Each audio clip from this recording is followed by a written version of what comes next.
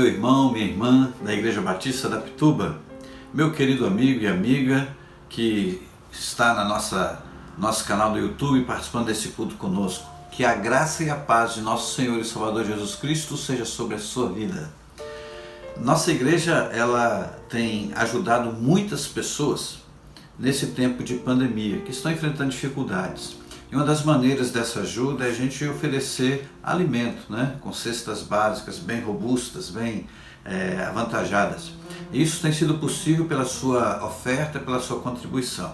Então eu quero te desafiar a continuar nos ajudando. Se você ainda não fez uma doação, aproveite e faça, tá bom? Para que tenhamos condições de socorrer famílias necessitadas. Também nós estamos numa campanha de levantamento de recursos para a reforma que estamos fazendo no patrimônio da igreja. Manutenção, reforma, mudança de alguns detalhes, isso é importante e necessário. E com a sua ajuda nós chegaremos lá, tá bom? Então, junte-se a nós nesta campanha de reforma para o santuário.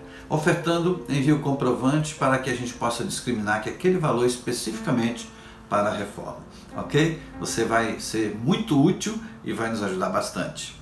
Também queremos dizer que os nossos pequenos grupos multiplicadores se encontram em plena atividade através das salas virtuais, se reunindo a cada semana, e você pode fazer parte desses encontros. Procure a nossa coordenadora e ela vai te dar toda a orientação como você faz para poder participar de um PGM, Pequeno Grupo Multiplicador.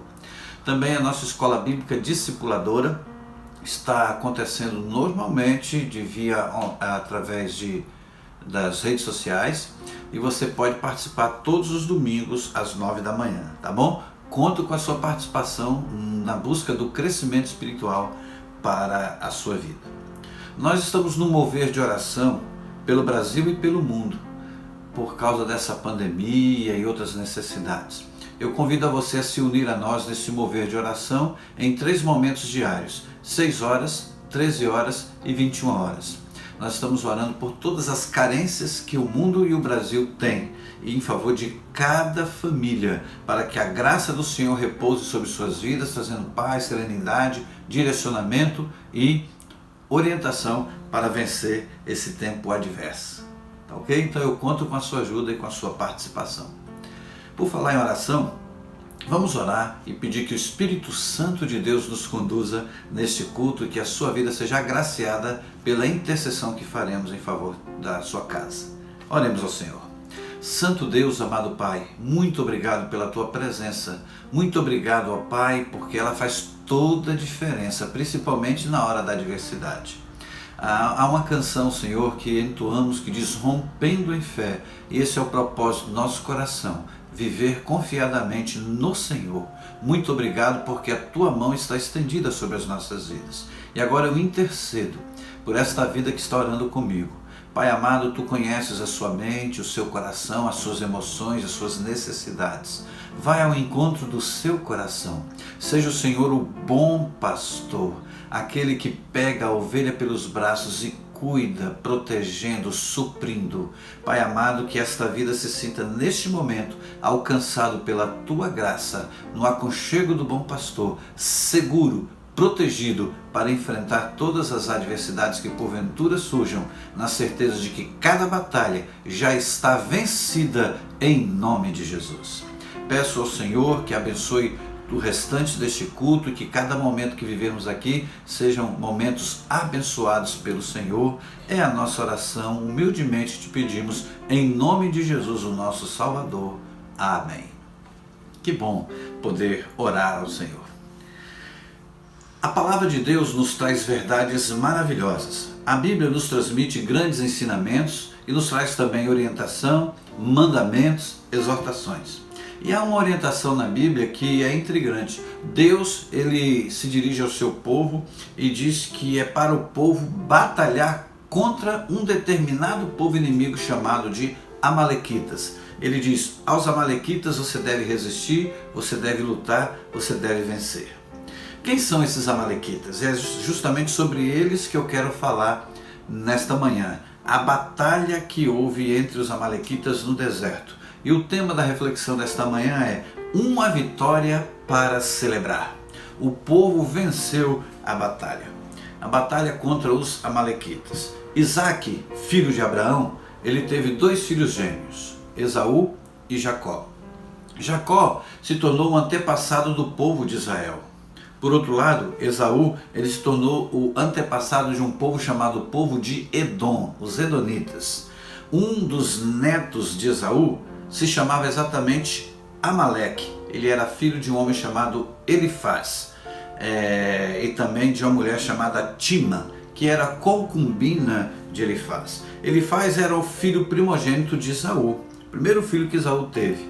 E os descendentes de Amaleque são exatamente os amalequitas. Eles se tornaram um povo separado do restante dos edomitas e eles eram descendentes de Esaú. Tanto os edomitas como os amalequitas se tornaram inimigos ferrenhos contra o povo de Israel, porque eles habitavam numa terra que era uma terra prometida para o povo de Israel.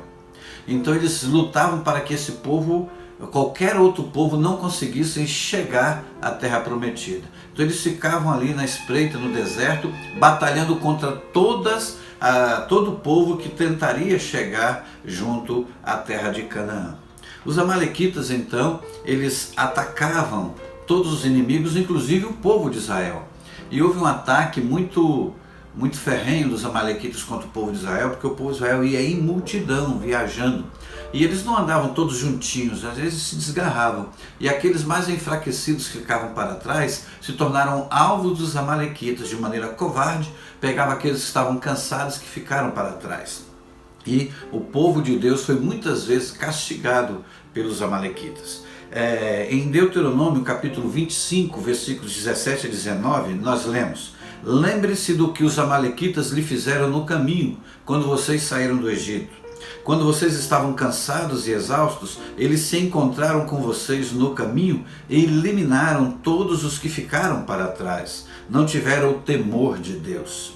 Quando o Senhor, o seu Deus, der a vocês o descanso e todos os inimigos ao seu redor na terra que lhes dá para dela tomar posse como herança, vocês farão que os amalequitas sejam esquecidos debaixo do céu.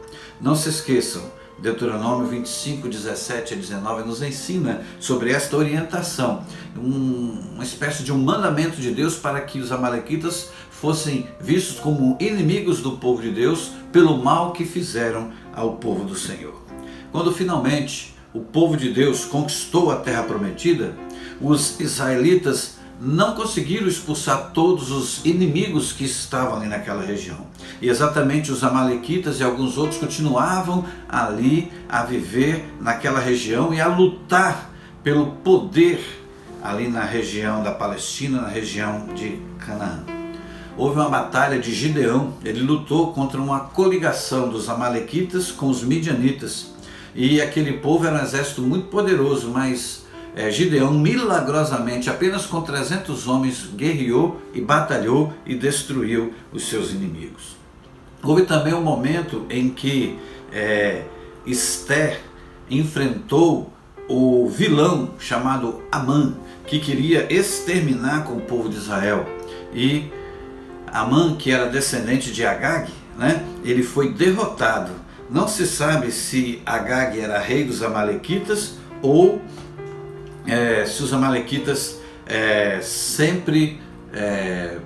se os amalequitas estavam ali somente para guerrear contra Israel. Mas o fato é que Ester enfrentou e destruiu também os amalequitas. Certa vez no deserto, os amalequitas se juntaram com um grande exército para batalhar contra os israelitas. E Josué foi escolhido por Moisés para liderar o povo para batalhar aquela guerra em pleno deserto. E Moisés subiu a um cume do monte, acompanhado de algumas pessoas que estavam com ele para apoiá-lo, e ele começou a orar por vitória. E o texto se encontra em Êxodo, capítulo 17, versículos de 8 a 16. Eu quero ler esse texto que servirá de base, então, para a gente tirar algumas lições sobre esta vitória a ser celebrada. Êxodo 17, a partir do versículo 8, nós lemos assim: Sucedeu que os amalequitas vieram atacar os israelitas em Refidim. Então Moisés disse a Josué: escolha alguns dos homens dos nossos homens e lute contra os amalequitas. Amanhã tomarei a posição no alto da colina, com a vara de Deus em minhas mãos. Josué foi então lutar contra os amalequitas conforme Moisés tinha ordenado. Moisés, Arão e Hur, porém, subiram ao alto da colina. Quando as mãos de Moisés estavam cansadas, enquanto Moisés mantinha as mãos erguidas, os israelitas venciam.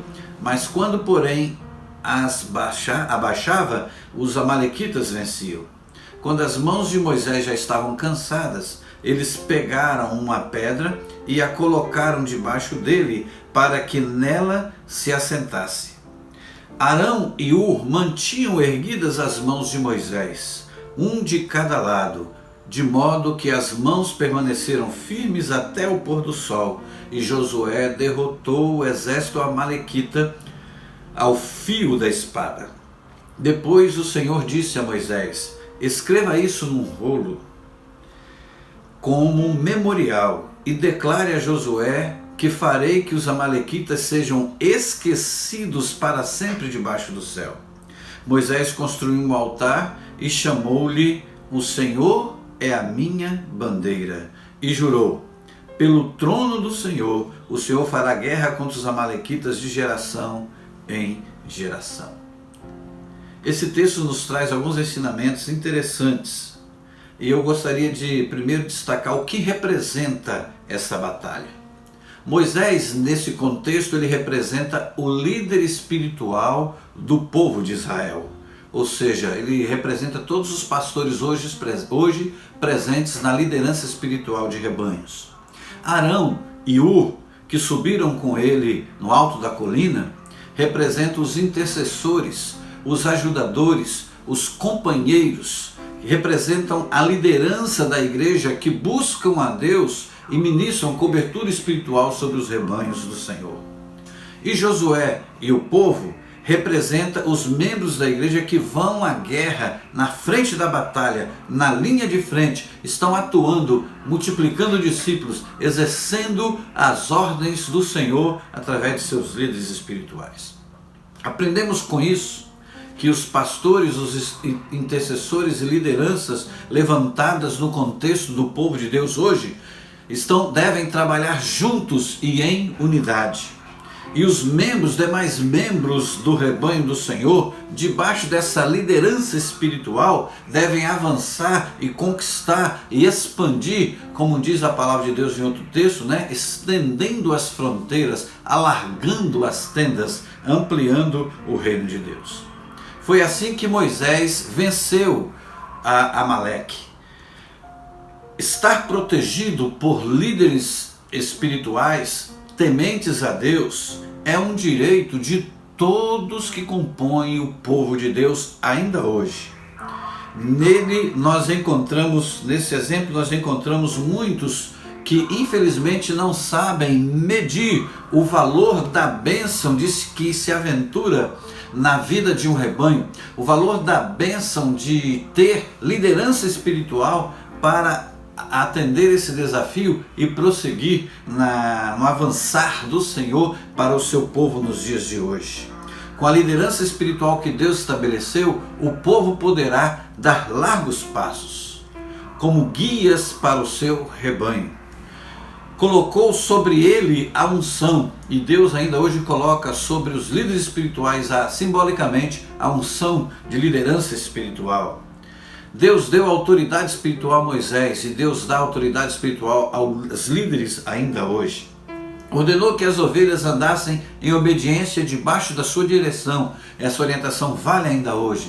O povo de Deus deve se submeter às lideranças espirituais que Deus levanta para conduzir o povo espiritualmente no cumprimento da vontade do Senhor.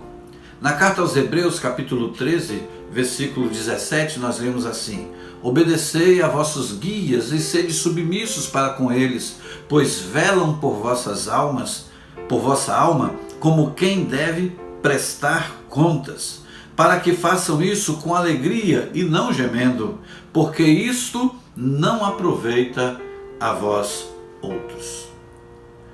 Nessa batalha de Refidim, descrita no texto de Êxodo capítulo 17, vemos sua presença como uma tremenda ilustração de influência que a liderança espiritual pode ter sobre o rebanho do Senhor no momento das batalhas.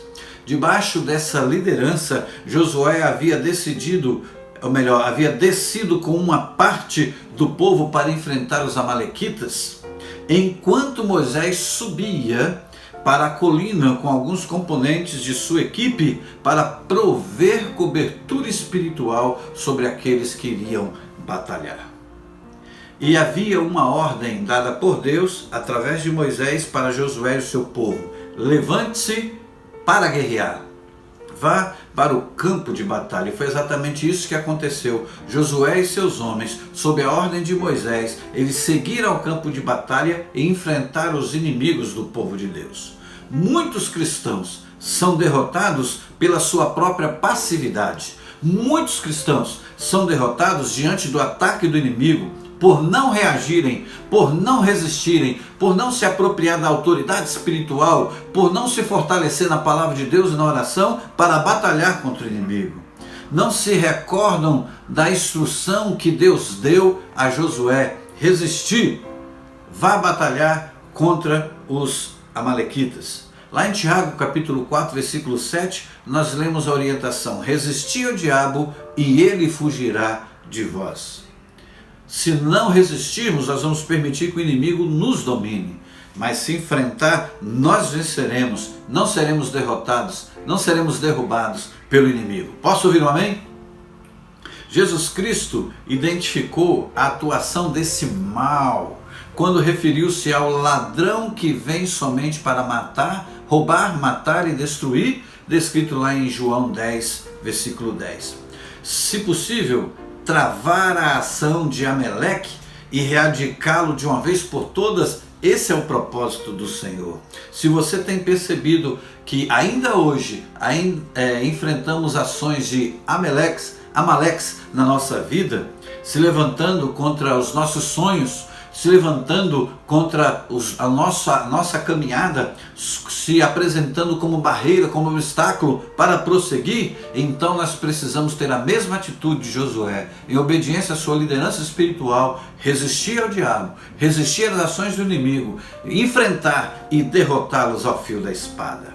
Arranque da sua vida aquele que tem arrancado de vocês o sonho e a alegria. Você está em batalha contra esse espírito maligno, luta contra Amaleque que se levanta nas nossas vidas ainda hoje. Meus queridos, Amaleque ele entra para a história do povo de Deus como o inimigo dos nossos sonhos. O sonho do povo de Deus era alcançar a terra prometida. Amaleque se opõe a esse sonho, tentando impedir essa caminhada, tentando impedir o avançar. Então nós vemos aí qual é o caminho para a vitória. A Bíblia diz que enquanto Moisés mantinha as mãos erguidas, Israel prevalecia. Nos momentos em que ele abaixava a mão, Israel era derrotado pelos amalequitas.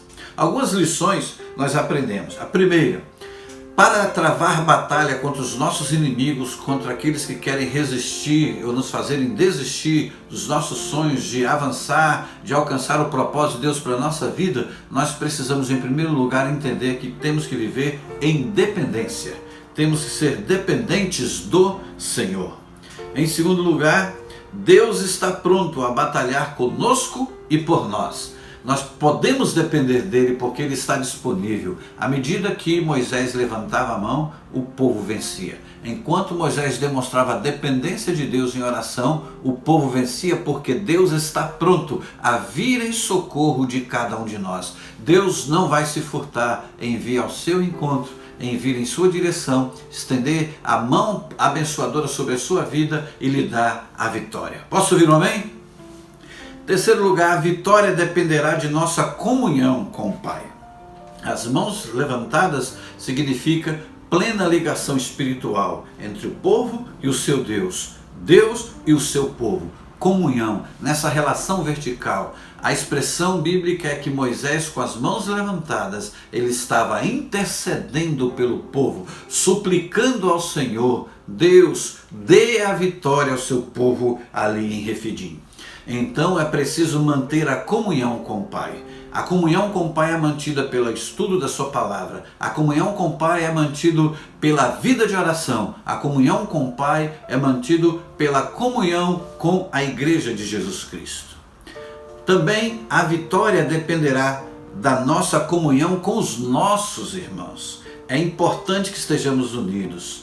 Josué desceu com o povo para batalhar. Havia um grupo de pessoas que estavam dizendo: conte comigo, Josué, vamos nessa, estamos juntos nessa batalha, estamos firmes. Todas as vezes que o povo de Deus venceu a batalha, porque o povo estava unido. Algumas expressões bíblicas do Antigo Testamento dizem que quando olhava era como um só povo, ou seja, não havia divisão, havia unidade. E também nós podemos ver essa demonstração de comunhão quando Arão e Hur se colocam ao lado de Moisés e, percebendo que os seus braços estavam cansados, ele não aguentaria fisicamente manter os braços estendidos para o alto o dia inteiro, mas eles estavam juntos. Eles colocaram uma pedra como uma cadeira para Moisés se assentar. Um se posicionou do lado direito ou do lado esquerdo e mantiveram as mãos de Moisés apoiadas para que esta mão pudesse estar erguida ao Senhor o tempo todo como símbolo, como sinal de dependência, como sinal de comunhão, como sinal de devoção, como uma vida de oração. Outra verdade que a gente aprende é que isolados nós não venceremos. Tem muita gente pensando que pode viver uma vida espiritual sozinho. Eu não preciso de ninguém, eu não preciso de um líder espiritual, eu não preciso de uma igreja, eu não preciso de participar de nenhuma comunidade, porque eu posso servir o meu Deus sozinho em minha casa, eu leio a Bíblia, eu oro. Todos que se isolam estão fadados ao fracasso. Se Moisés tivesse subido a colina sozinho, como resistiria?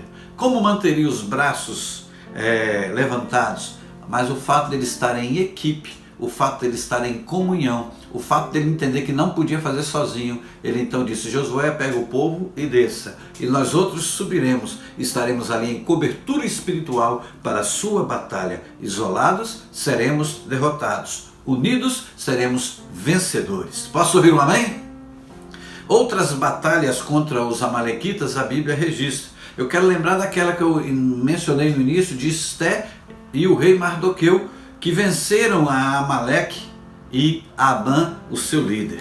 A expressão bíblica está lá em Esté, versículo 9, capítulo 9, versículos 21, 22 e 23, diz assim: determinado que anualmente se comemorasse os dias 14º e 15º do mês de Adar, pois nesses dias os judeus livraram-se de seus inimigos, e nesse mês a sua tristeza se tornou em alegria, o seu pranto num dia de festa. Escreveu-lhes dizendo que comemorassem aquelas datas como dias de festa e de alegria, de troca de presentes e de ofertas aos pobres. E assim os judeus adotaram como costume aquela comemoração, conforme o que Mardoqueu lhes tinha ordenado por escrito. Os inimigos foram derrotados e agora celebrariam a vitória. Nós precisamos aprender a celebrar cada vitória, ainda que pequena seja, ela precisa ser celebrada. Deus orientou que o povo separasse 2 dias daquele mês chamado mês de Adar, para celebrar a vitória contra o inimigo. Uma vitória a ser celebrada. Lá no deserto, Josué venceu. Esté e Mardoqueu venceram a Amã. E o povo de Deus separou um tempo para celebrar. Que Deus nos conceda muitas vitórias. Se hoje você está enfrentando uma batalha contra os amalequitas de sua vida, nesse deserto que você está vivendo, saiba, Deus quer que você coloque em prática estas lições. Viva na dependência dele, confie num Deus que está disponível, mantenha sua comunhão com ele, esteja unido buscando a ajuda de pessoas que possam te aconselhar, com quem você possa contar, mande mensagem de texto, faça ligações, busque ajuda, socorro, e Deus vai estender a mão sobre a sua vida. Amém? Como eu disse, os amalequitas entram para a história como os destruidores de sonhos. Eles entram para a história com esse nome porque queria impedir o avançar do povo de Deus. Então, ainda hoje, Eles apresentam sinais de sua visita em cada geração em nosso tempo. Nos dias de hoje não é diferente. Por isso, cada cristão deve obedecer ao comando de Deus, pois a palavra é: batalhe e vença. Você vai batalhar e vai vencer. Sozinho você não pode, mas unido a Deus e unido entre os irmãos, você é mais que vencedor. Posso ouvir um amém? Essa palavra do Senhor, ela se renova a cada manhã. A ordem é: peleja contra os amalequitas. Resista aos amalequitas. Vença aos amalequitas. Se hoje você estiver enfrentando uma batalha contra o Amaleque de sua vida, creia, Deus está disponível para lhe dar a vitória. Dependa dele, com as mãos estendidas aos céus. Se baixar a mão, perecerá. Mas se manter essa comunhão, essa dependência, essa confiança, e estiver unido, não estiver sozinho, não estiver isolado, a vitória será uma consequência natural na sua vida espiritual e você poderá declarar: diante de todas essas batalhas, eu sou mais que vencedor por aquele que me amou, provado esse amor em Cristo Jesus. Que Ele nos abençoe.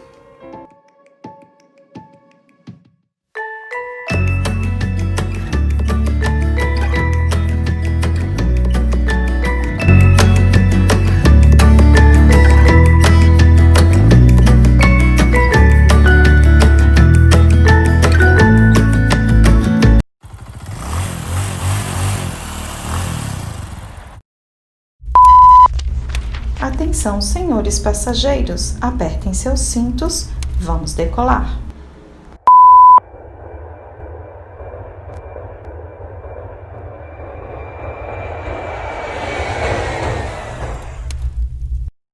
Olá, crianças! Tudo bem com vocês? Espero que sim.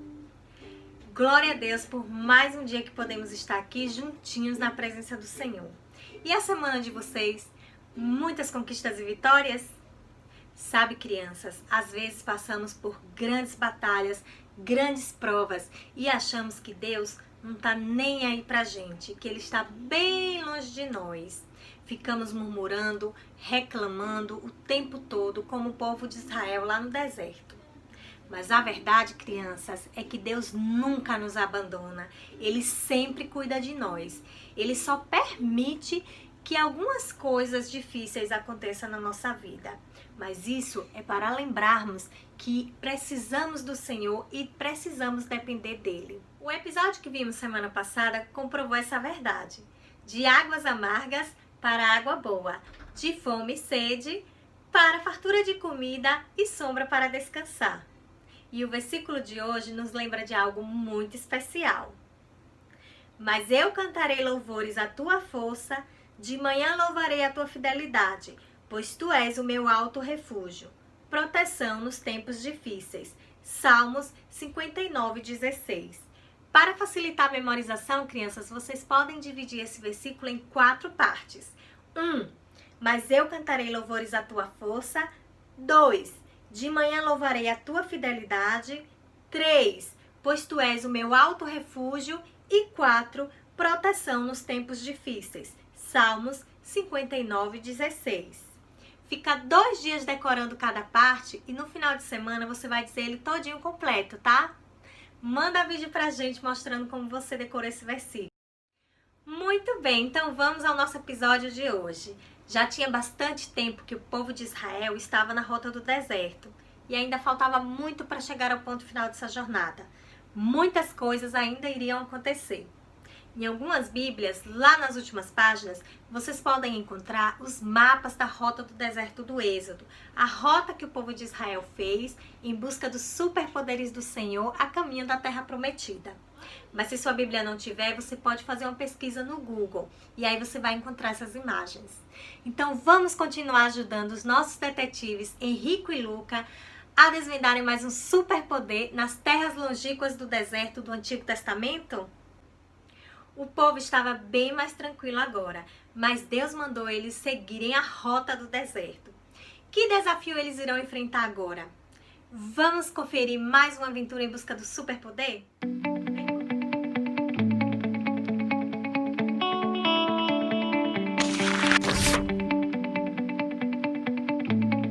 aí, crianças, tudo bem com vocês?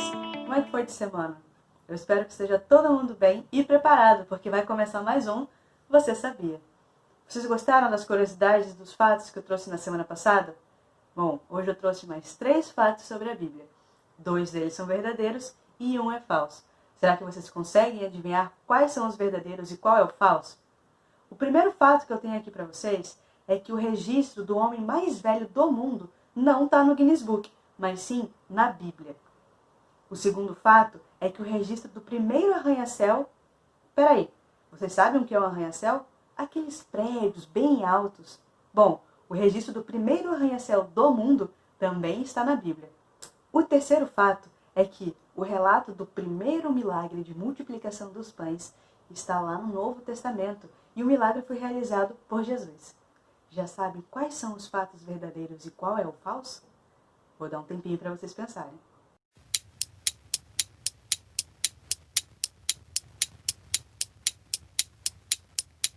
Vamos à resposta? O fato falso é o terceiro fato. Na verdade, a gente tem um relato de multiplicação de pães bem antes do Novo Testamento. No Antigo Testamento, em 2 Reis 4, nós vamos ver um relato onde um homem chega para Eliseu com alguns pães. E nessa época, lá em Gigal, estava havendo uma grande fome. Eliseu pede para que o homem distribua esses 20 pães para alimentar a multidão. Só que o homem pergunta: como é que nós vamos distribuir 20 pães e alimentar 100 pessoas? Bom, Eliseu disse que o Senhor tinha dito a ele que os pães iam dar e ainda ia sobrar. E foi exatamente o que aconteceu. Aqueles 20 pães se multiplicaram e alimentaram uma grande multidão de 100 pessoas. Pois é, isso significa que os 2 outros fatos são verdadeiros. Se você quiser saber sobre o registro do homem mais velho da história, é só você abrir a sua Bíblia em Gênesis. Lá você vai encontrar o registro de um cara chamado Matusalém, que viveu 969 anos, quase 1000 anos, dá para acreditar? E se você quiser também ver sobre o primeiro arranha-céu do mundo, você também pode abrir a sua Bíblia em Gênesis 11. Lá você vai encontrar a história da Torre de Babel. Os homens resolveram construir uma torre tão alta que chegasse até o céu. Mas isso iria contra a ordem de Deus de se espalharem pela terra. Então o Senhor impediu que eles continuassem a construir. Muito legal, né? Agora eu quero saber se vocês estão prontos para as charadas de hoje. Vamos lá? Quem somos nós?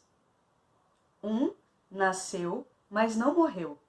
O outro não nasceu, mas morreu. De quem será que eu estou falando? Vou dar um tempinho para vocês pensarem.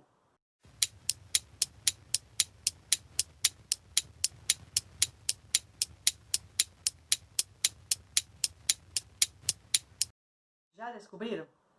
Eu estou falando de Enoque e de Adão. Enoque teve um pai e uma mãe, então Enoque nasceu. Mas Enoque não morreu? Não. Na Bíblia diz que Enoque andava com Deus e de uma hora para outra não estava mais na terra, porque Deus o chamou para si. E quem não nasceu, mas morreu? Adão. Adão não teve um pai e uma mãe. Lembra? Adão foi criado por Deus. Mas Adão, ao contrário de Enoque, ele faleceu. Legal essa, né? E será que vocês descobrem do que eu estou falando agora? O que é o que é? Éramos 5. Eu fui a única escolhida. Quem me escolheu se tornou rei. Quem me recebeu, morreu. O que será que é, hein? Mais um tempinho para vocês pensarem.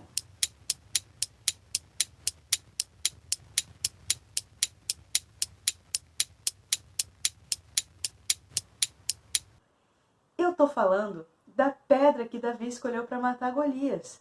Ora, Davi que escolheu a pedra, escolheu 5 e usou uma para matar o gigante. E depois acabou se tornando rei. E Golias, que recebeu a pedra, bom, a gente já sabe o destino dele, né? Gostaram dessa? Na semana passada, a gente continuou a aprender alguns nomes do nosso Senhor Deus. Vocês lembram qual era? Jeová Jireh, o Deus da provisão. Vamos ver o nome de hoje? O nome que nós vamos aprender hoje é Jeová Nissi, ou Yahvé Nissi, que significa Deus é a nossa bandeira. A primeira vez que nós vamos ver esse nome na Bíblia vai ser em Êxodo 17:15, o nome do altar que Moisés construiu depois de derrotar os amalequitas. Sabe, Todo país tem uma bandeira, toda cidade tem uma bandeira, todo estado tem uma bandeira. As bandeiras são muito importantes para identificar um povo, para marcar um local. E nesse sentido, o Senhor é a nossa bandeira, porque é Ele quem nos dá a vitória. Então é isso, Glorinha. Espero que vocês tenham gostado e até a próxima.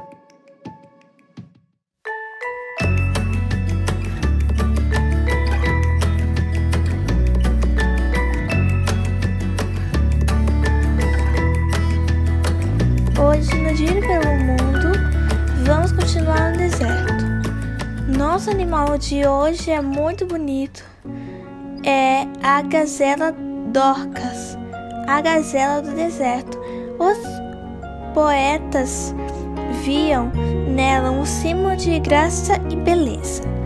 A gazela é um mamífero que, de grande delicadeza, tive um movimento muito elegante e também muita agilidade que lhe permite quase sempre escapar de outros animais.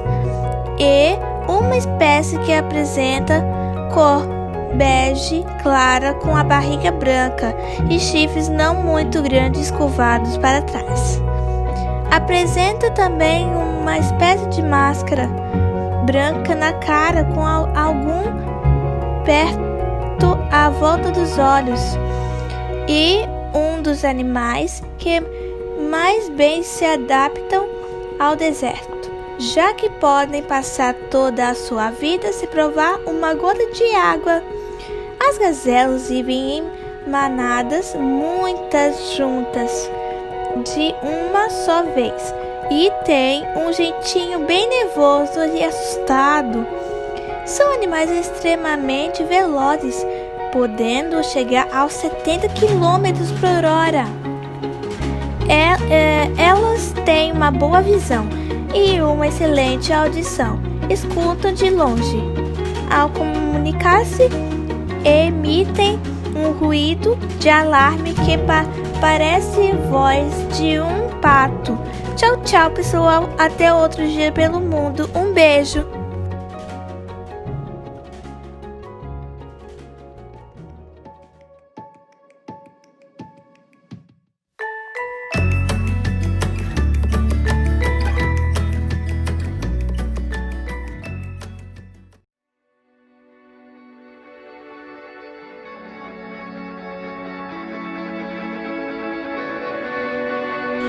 Conta-se que, há muito tempo atrás, um baú foi escondido. Esse baú foi passando de esconderijo em esconderijo, de casa em casa. Dizem que dentro dele tem histórias e segredos sobre superpoderes que foram usados no tempo do Antigo Testamento, mas que até hoje fazem efeito.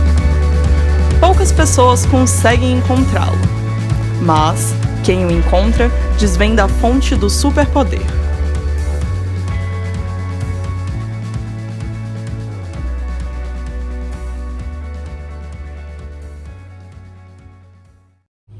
Se defenda! Vamos lá! Eu vou te derrotar! Não, sou eu que vou vencer! Para, brincadeira. Eu tô com sede. Bora beber água? Bora ir lá na cozinha.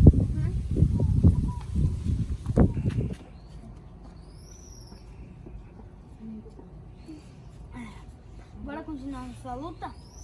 Espera um pouco, eu vou treinar um pouquinho também. Ya! Ya! Ya! Ya! Ya! Ya! Ya! Isso, tá demorando. Agora você vai ver o que é bom pra tosse. Ha, ha, ha. Oxe, eu não tô gripado. E aí, super detetives? Estão lutando, é? Estão brincando de quê? Mas tá brincando de guerra das espadas do deserto. É verdade. Naquele tempo o povo lutava muito, né? Eram muitas guerras que tinham, muitas lutas no deserto, em todo canto. O pior é que morria muita gente, pai. Era muito triste. Até hoje a gente ainda tem muitas guerras. Ô papai, por que naquele tempo eles lutavam tanto? Porque o povo, filho, naquele tempo só sabia fazer desse jeito, só sabia lutar para conquistar as terras. Então eles não sabiam conversar, eles iam lá e lutavam e queriam conquistar na força, entendeu? Acho que eles não pensavam direito. Pois é, filho, e Deus ainda tinha que ajudar, né? porque eles não tinham noção de que eles podiam sentar e conversar, entendeu? Nessa época. Porque até hoje tem guerra e ninguém sabe respeitar o outro. Papai, naquela época, na verdade, não existia assim, as sociedades, os povos, os países não estavam formados ainda, entendeu? Então assim, era muita gente, um monte de povo espalhado, e o povo, muita gente não sabia ler, não sabia escrever, não era como a gente vive hoje no nosso mundo, né? E assim, Deus tinha que cuidar do povo dele. Então assim, mesmo quando eles resmungavam, mesmo quando eles reclamavam muito, Deus tinha que cuidar e tinha que né, zelar pelo povo. Seria melhor se eles fizessem campeonato de futebol, assim não teria tanta violência. Filho, é verdade. Apesar de que o futebol do jeito que a gente conhece só foi inventado na Inglaterra em 1863. Mas muita gente diz que o futebol existe desde as antiguidades, desde os homens das cavernas. E tem um filme que a gente já assistiu, dos homens da caverna que jogavam futebol, que eles tinham um time show de bola. É verdade, papai. Verdade, jogavam futebol. Agora, detetives, eu acho que a gente tem mais um mistério e mais um superpoder para descobrir. Vamos lá? Bora!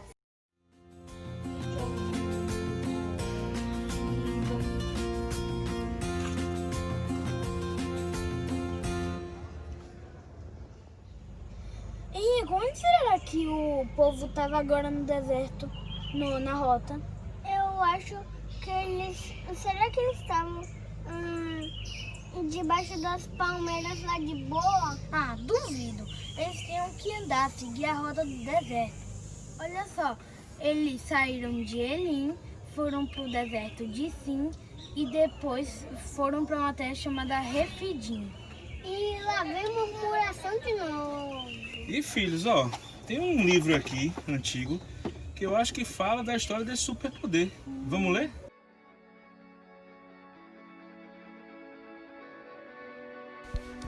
Em sua jornada do Egito para a Terra Prometida, pela rota do deserto, Deus tirou desta vez o seu povo de Elim através do deserto de Sim.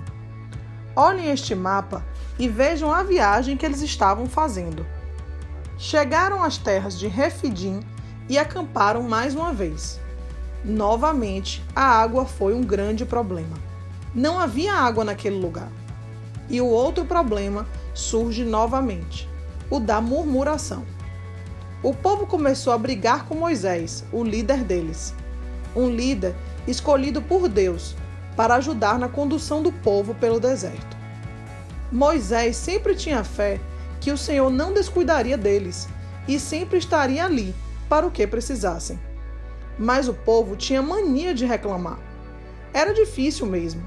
Ficar sem água dava um desânimo. Mas Deus não iria deixar faltar nada. Ele é o nosso Jeová Shammah e o Jeová Jireh. Ele sempre está presente e sempre providenciando tudo. Mas às vezes o povo esquecia disso. Então Deus disse a Moisés para pegar novamente seu cajado e ir até uma rocha, em Horebe.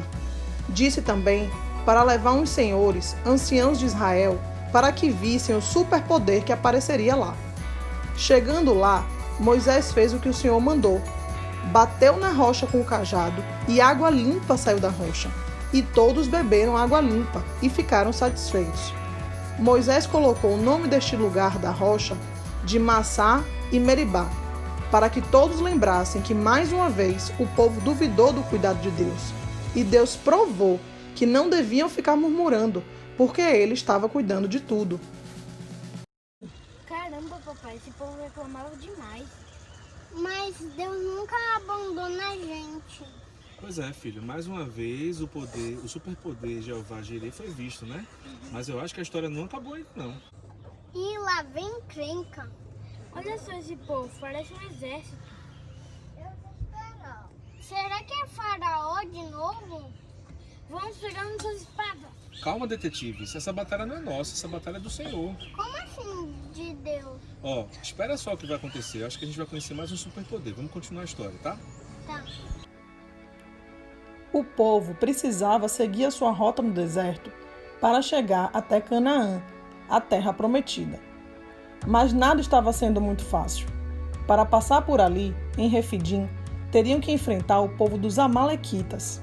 Eles tinham esse nome porque eram liderados por um homem chamado Amaleque, um homem que era inimigo de Deus. Então, eles não iriam deixar o povo de Israel passar por lá. Eles fariam uma guerra contra Israel, ou seja, contra Deus. Então, com sabedoria dada por Deus, Moisés falou com Josué. Josué era seu ajudante, que estava sendo preparado para um dia também ser líder do povo de Israel. Moisés mandou Josué separar homens para a luta contra os amalequitas e disse que subiria até o cume do outeiro, em cima do morro, segurando o cajado de Deus na mão. Então Josué fez como Moisés falou. Foi guerrear. Moisés subiu no morro e levantou o cajado. E enquanto seu braço com o cajado estava no alto, o povo de Israel ganhava a batalha. Mas quando seu braço cansava, o povo perdia. Um grande problema eles tinham ali, porque Israel precisava ganhar a batalha de vez para poder seguir a rota do deserto, porque era assim naquele tempo antigo. Deus, mais uma vez, mandou sabedoria e outros 2 ajudantes de Moisés subiram até o morro e colocaram uma pedra para ele sentar e descansar. E fizeram mais. Arão e Hur apoiaram suas mãos, um de um lado e outro do outro lado de Moisés, ajudando a sustentar os braços erguidos com o cajado. E conta a Bíblia que suas mãos ficaram firmes até o pôr do sol. E Josué com seus homens ganharam a batalha. O Senhor disse a Moisés para escrever tudo isso em um livro, para contar e repetir sempre essa história. Neste local, Moisés construiu um altar para adorar a Deus com seu povo e chamou de Jeová Nissi, o Senhor é a nossa bandeira. Tá vendo, detetives? Esse é o superpoder. Quando enfrentamos as dificuldades em nome de Deus, Ele nos dá a vitória. Essa foi demais, papai. Mas hoje Deus não quer que a gente seja violento assim, que faça guerra, não é? Exatamente. E quando Jesus veio na Terra, Ele trouxe uma nova bandeira do Senhor, a bandeira da paz e do amor. Mas a gente ainda tem problemas, papai. Como vamos resolver? É verdade, detetive. Mas o superpoder de hoje fala que a gente tem que estar com Deus na frente. Deus vai na frente, vai resolvendo todos os nossos problemas. Quando a gente coloca Ele na frente para resolver os problemas, tudo fica mais tranquilo, tudo se resolve. Não é verdade? Mas papai, eu tenho uma dúvida. O livro também tem superpoder? Ele fala sozinho? Ah, eu acho que não. Ó quem tá lendo aí, ó. Ó quem vai chegar que tá lendo aí, ó. Tava lendo a história. Mamãe, é você! Que legal! Tcharam! Família de detetive! E aí, o futebol? Vamos jogar uma partida? Quem será que vai ganhar? Eu! Vamos lá? Bora! Então, Bora! Detetive dos Mistérios da Bíblia. Mistério resolvido! Qual será o próximo superpoder? Verdade! Aê! Tchau!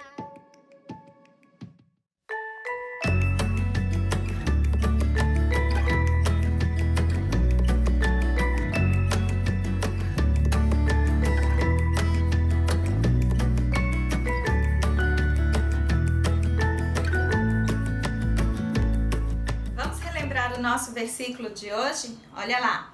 Mas eu cantarei louvores à tua força, de manhã louvarei a tua fidelidade, pois tu és o meu alto refúgio, proteção nos tempos difíceis. Salmos 59, verso 16. Lembra de em casa fazer igual a tia Cris ensinou. Divide ele em 4 pedacinhos e até o final da semana você já decorou mais um pedacinho da Bíblia para você guardar no seu coração e na sua mente. Bom demais saber que o Senhor é a nossa força e a nossa segurança. O povo de Deus aprendeu isso na história hoje lá na Rota do Deserto. E os nossos detetives descobriram um novo superpoder. Jeová Nissi, Deus é a nossa bandeira. O que será que significa uma bandeira para um país? É um símbolo muito importante. É como se fosse o rosto do país. Quando vimos uma bandeira, sabemos identificar exatamente que país é. Por exemplo, pensa aí e me fala, que país será esse? Ah, muito bem, é o México. Vamos ver. E esse aqui? É a França, que bacana. Vamos ver outro? E essa daqui? Muito bem, é da Índia. Agora tem essa que você tem que realmente saber. Qual que é? Muito bom, é do nosso Brasil, nossa pátria amada. Mas nós temos uma bandeira muito maior, uma bandeira que representa quem nós somos. Ela fala que nós somos o povo de Deus, filhos de Deus, que o nosso lar não é aqui na terra não, o nosso lar eterno é lá no céu, onde um dia viveremos para sempre adorando ao Senhor. E o superpoder de hoje fala justamente sobre essa bandeira, a bandeira do Senhor Jesus. Essa bandeira identifica de quem nós somos. Nós somos do Senhor, nós vivemos para o Senhor e somente Ele reina em nossas vidas. Com este símbolo, nossa bandeira cristã e com a história de hoje, nós aprendemos 3 coisas.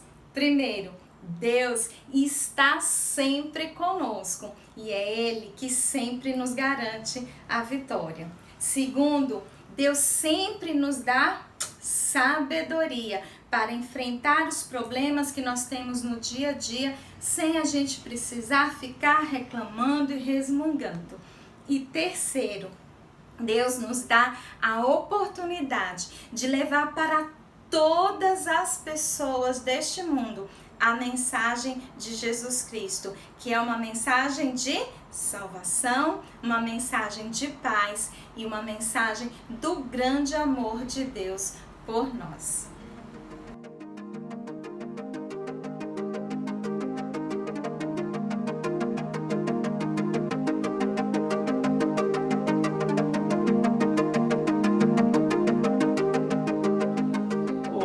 Einstein, aproveitando aqui, eu estava lembrando daquela experiência que a gente fez, né? O poder de Deus transformou água amarga em água doce. E aí eu estava lendo a Bíblia em Êxodo 17, e outra vez o poder de Deus ajuda Josué lutando contra os amalequitas. Aí Moisés levanta a mão, Josué ganha. Moisés abaixa a mão, Josué perde. Aí depois Moisés fica lá com a mão para cima, que os amigos seguram, e aí Josué ganha a batalha. E aí o poder de Deus que ajuda. Eu acho que esse poder de Deus, Deus está lá em cima, Deus não interfere aqui. Que negócio é esse de poder de Deus que ajuda as pessoas? Eu vou tentar te explicar por meio de uma experiência. Vamos lá. Aqui vamos ter uma pessoa vazia, sem nada. Aí vai chegar problemas com a vida, problema com dinheiro, casa. Problema com dinheiro, casa. Coronavírus também é um problema, né? Aí bote a mão aqui em cima. Aqui em cima, assim? Por favor. E vire o copo. Vire a garrafa. Vou virar a garrafa. Devagar, né? Tire a mão devagar também. Tirar a mão? Mas aí vai cair tudo. Vai melecar a vida da pessoa toda. Aí, tá vendo o que eu disse? Tem negócio do poder de Deus. Agora vamos fazer com aqui, vamos ter o poder de Deus. Tá. Isso aí então é como se fosse o poder de Deus. A pessoa tem uma relação com Deus, ora... Aqui vamos ver que é tudo floridinho, né? Tá, porque as pessoas não são perfeitas, né? Quer que eu ajude? Enquanto você... por favor. Tá, obrigado. Então, vamos botar aqui o poder de Deus, né? Furadinho, as pessoas têm defeitos. Tá, e aí? Aí, agora vamos ter de novo os poderes da vida da pessoa. Aí os problemas da vida. Problema, dificuldade, batalhas. Tá. Agora faça a mesma coisa que o outro. De novo? Botar um aqui e vira. Mas tá tudo furado aqui, viu? Eu acho que... Sei não, acho que vai dar a mesma coisa, viu? Agora tire a mão devagar. Tirar a mão E bem não devagar. segure muito forte. Tá bom, tirar devagarzinho. Viu como Deus segura? Rapaz, quer dizer que Deus ajuda a pessoa a segurar e resolver os problemas? É realmente impressionante. E os amiguinhos de casa aí conseguem fazer? Se vocês gostaram dessa experiência, tentem fazer em casa, que ela é muito legal. Então, até a próxima. Tchau! Que batalha, que vitória, hein? Lutar com Deus é sempre melhor. Ele é forte e poderoso, Ele sabe de todas as coisas e Ele sempre quer o melhor para as nossas vidas. Deus é a nossa justiça. Crianças, e vocês, costumam reclamar muito em casa? Nós aprendemos que não precisamos reclamar, porque Deus está sempre conosco e Ele sempre nos ajuda em tudo. Ao invés disso, vamos ajudar em casa, ajudar na escola, as pessoas que estão conosco. Deus se agrada muito dessas atitudes. Vamos orar? Repete comigo. Senhor, obrigada por mais um dia, pela minha casa, por minha família.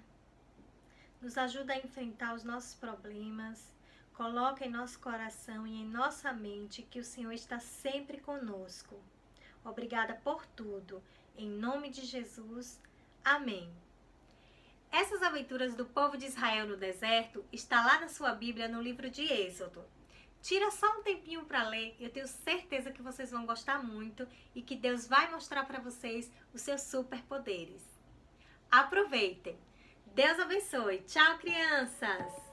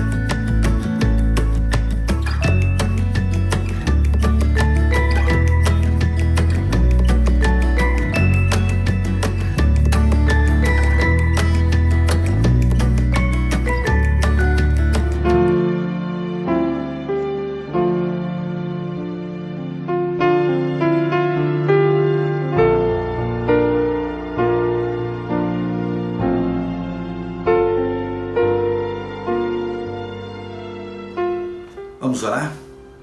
Senhor meu Deus, muito obrigado pela Tua presença conosco.